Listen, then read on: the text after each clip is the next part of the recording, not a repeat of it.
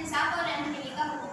Number 1، فساد سے بچنے کی تلقین۔ اللہ تعالیٰ نے قرآن کریم میں کئی مقامات پر فساد سے بچنے اور زمین پر امن قائم کرنے کی تلقین کی ہے۔ سورہ اعراف آیت نمبر 56 میں ارشاد باری تعالیٰ ہے وَلَا تُفْسِدُوا فِي الْأَرْضِ بَعْدَ إِصْلَاحِهَا وَادْعُوهُ خَوْفًا وَطَمَعًا إِنَّ رَحْمَتَ اللَّهِ قَرِيبٌ مِنَ الْمُحْسِنِينَ۔ ترجمہ، اور زمین میں فساد مت پھیلاؤ بعد اس کے کس کی اصلاح کی جا چکی ہے، یعنی فساد زمین کے امن و سکون کو برباد کر دیتا ہے اور اس سے بچنے کا حکم دیا گیا ہے۔ نمبر 2، حقوق العباد کا احترام۔ اللہ تعالیٰ نے انسانوں کے حقوق کا تحفظ اور ان کے ساتھ حسن سلوک کرنے کی تاکید کی گئی ہے۔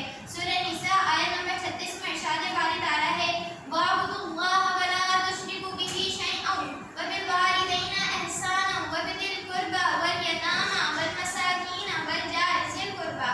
ترجمہ، وَاعْبُدُوا اللَّهَ اور اپنے رب کی عبادت کرو، وَلَا تُشْرِكُوا بِهِ شَيْئًا اور اس کے ساتھ کسی کو شریک نہ کرو، وَبِالْوَالِدَيْنِ إِحْسَانًا اور اپنے والدین کے ساتھ احسان کرو، وَبِذِي الْقُرْبَىٰ وَالْيَتَامَىٰ وَالْمَسَاكِينِ اور رشتہ داروں، یتیموں، مسکینوں اور وَالْجَارِ ذِی الْقُرْبَىٰ اور ہمسایوں کے ساتھ بھی بھلائی کرو۔ معاشرتی انصاف اور حقوق کا خیال رکھنا بھی امن کے بنیادی شرائط میں سے ہے۔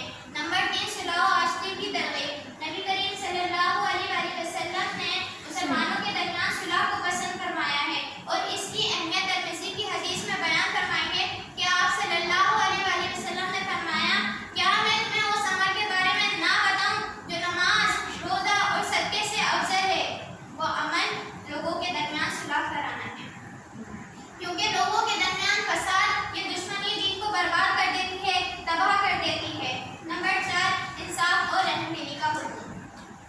ترمذی کی ایک اور